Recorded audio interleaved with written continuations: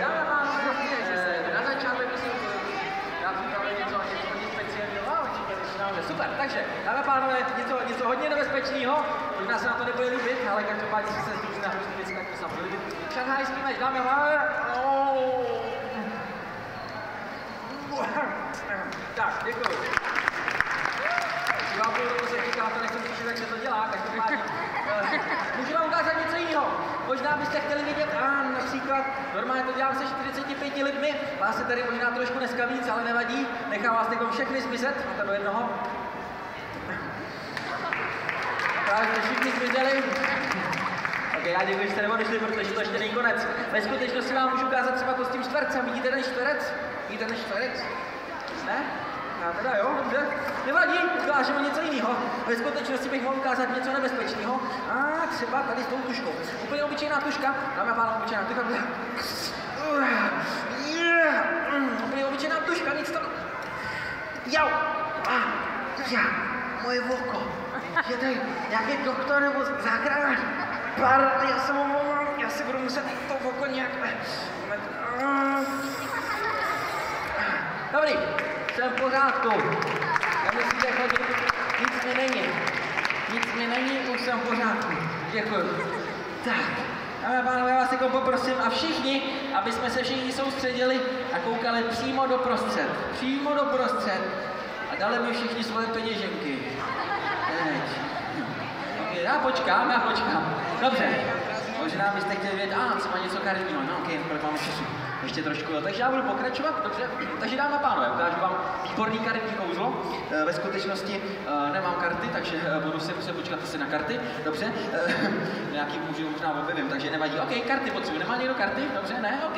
Máš karty? Nemáš? To je chyba. OK, nevadí, ukážu něco jiného. Budu potřebovat tuhletou obyčejnou špejli. Je obyčejná špejl. Hodně lidí si myslí, že to je nějaká speciální špejl.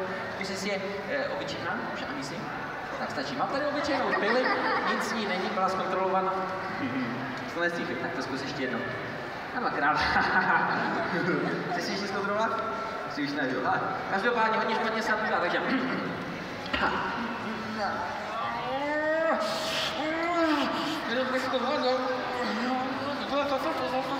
Víte, jak se to dělá? Potřebujete jenom komu na špěli, nic víc. Dobře, OK. Ale pánové, teď jsem byl mořem. Bylo to ve Švýcarsku, tuším, každopádně. Mám tady krásný pingpongový míček, je to žonglerský číslo. Objel jsem s tím celý svět, takže moment.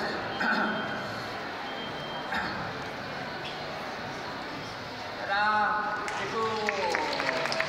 Vítej, děkuju. Dobře. Ale pánové, mám tady další trik. Ve skutečnosti to není žádný trik. Je to vlastně obyčejná kostka na provázku. Obyčejná kostka na provázku, která vůbec nic nedělá, takže vám to nebudu ani ukazovat. Možná jste tušili něco, že ta kostka dokáže, okay. Máte pravdu, ve skutečnosti ta kostka dokáže takhle cestovat na tu provázku a nic víc to nedělá, než takhle cestuje. Ale kdykoliv řeknete zastav se kostku, kdykoliv teď, ta kostka se zastaví kdykoliv uprostřed na tu provázku. Přímo uprostřed. Můžete to klidně vyzkoušet, připravte se. Zastav se kostku, kdykoliv teď. No, skoro. Tak ještě jednou. Zastav se kostku, kdykoliv. Ne, až to pustím.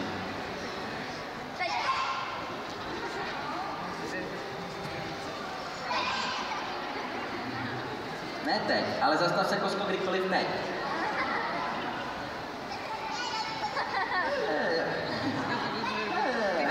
No, dobře, to se nedá stihnout každopádně. OK, nevadí. Dámy a pánové, mám tady další trik, ve skutečnosti se jedná o kouzlo s tímhletím míčkem. Mám tady míček a já poprosím, můžu prostě složit, jak se jmenuješ? Veronika. Tak Veroniko, mám tady normálně míček, řekni, jakou mám míček barvu. Červenou, správně. Veronika uhádla barvu, ale teď to bude mnohem těžší, než uhádnout tu barvu. Ve skutečnosti já ten míček si dám do jedné z rukou a Veronika bude hádat, jak více mám ten míček. Tohle je moje levá ruka, tohle je moje oblíbená. Ti oblíbený. Blbý. Ještě jednou. Veroniko, vezmi kde teďko. Tady? Ne, zase tohle ví.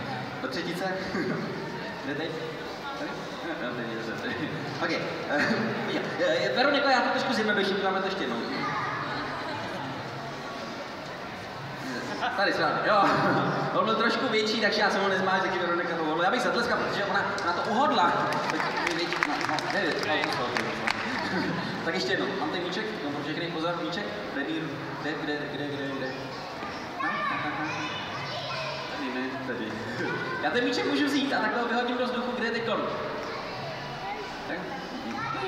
Právě je tady, kdo si myslel, že je tady, tak taky dobře. Mám tady normálně dva míčky a teď já poprosím, možná Veroniku, pojď se nahoru, zatleskáme Veronice, máme tady asistentku. Tak Veroniko, dáme společně kouzlo. Výborně, děkuji. Tak, dámy a pánové, budu potřebovat tady ještě jeden speciální míček. Tak, výborně, mám ty dva míčky, pozor, Veroniko, tak pojď sem. Tak podej mi ruku. Tu čisto. Já si dělám srandu. Tak, jeden míček, druhý míček, tak Veroniko, takhle se otoč. Ukaž, Veronika má dva míčky, dáme pánové dva míčky, tak ho otevři takhle ruce. Tak, výborně, já ty míčky prohodím. Kouzlo je v tom, že jeden míček dokáže pískat. A teď budeš mít jednu šanci zmáčknout míček, o kterém si myslíš, že píská. Jenom jednu šanci, jo? Takže pozor, otevři ty ruce, obě, tak já ty míčky takhle. Teď kde je míček, který píská? Ne, tady. Dobře, ještě jednou. Jo. Ani jeden nepíská, vy potřebujete lidi ve skutečnosti to píská, tohleto. OK, což je taky dobrý. OK, dobře, zapískej se aspoň na pískátko. A nic.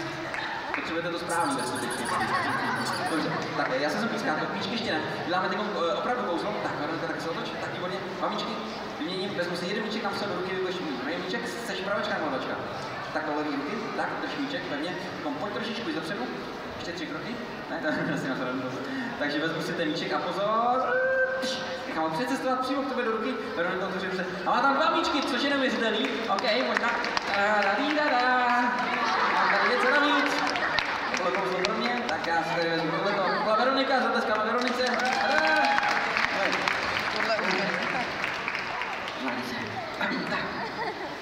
Dámy a pánové, mám tady další trik, ve skutečnosti se jedná o velmi dobrý karetní trik. Chcete vidět nejrychlejší karetní kouzlo na celém světě?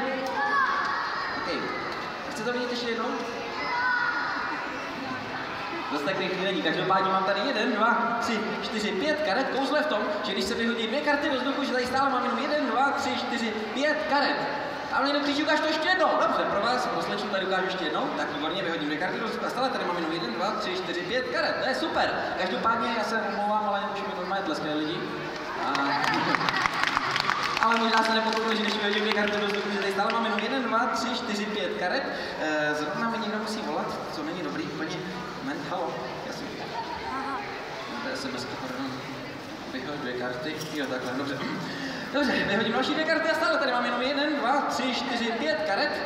Mám tady otvírák, ale má s tím společného, tak vyhodím další 2 karty. Stále tady mám jenom 1, 2, 3, 4, 5 karet. Řekněte si jakýkoliv číslo 5. Ne, 3, 5. 5, dobře. Vyhodím 1, 2, 3, 4, 5 karet do vzduchu, potom už tady mám jenom 2 karty, vyhodím obě 2, stále tady mám jenom 1, 2, 3, 4, 5 karet, vyhodím 1, 2, 3, 4, 5 karet do vzduchu a nemám nic. Nemám tam nic. Nic tam nemám. Děkuju. Tak. Pojďme se dále, co tady máme. Dáme pále. Možná jste to netušili, ale pouhou myslí dokážu pohybovat předměty. Pouhou myslí dokážu pohybovat předměty.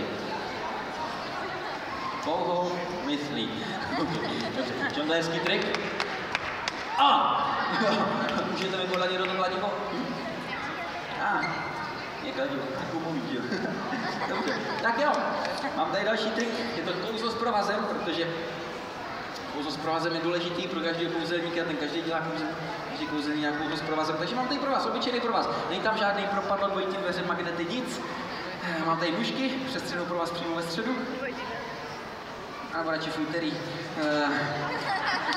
No, ukážu vám něco jiného. Je to hodně starý kouzlo. Jedná se o spojování čínských kroužků. Jak si můžete všimnout, tak ty kroužky jsou i spojeny, což nám ušetřilo mnoho času a uděláme něco. Jsem si všiml, že jsou tady dneska i nějaký děti, takže udělám něco i pro děti. Holky, kluci, jestli pak víte, co mám teď tady. Správně, balonek. Tak, tady třeba tady balónek. Tak, jdeš.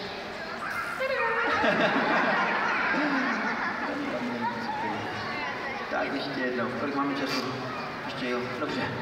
Nafoukneme jiný balonek. Dámy a pánové, ve skutečnosti jsem mistr České republiky v tvarování zvířátek z balonku. Dokážu během časového limitu 5 vteřin vytvarovat zvířátko z balonku.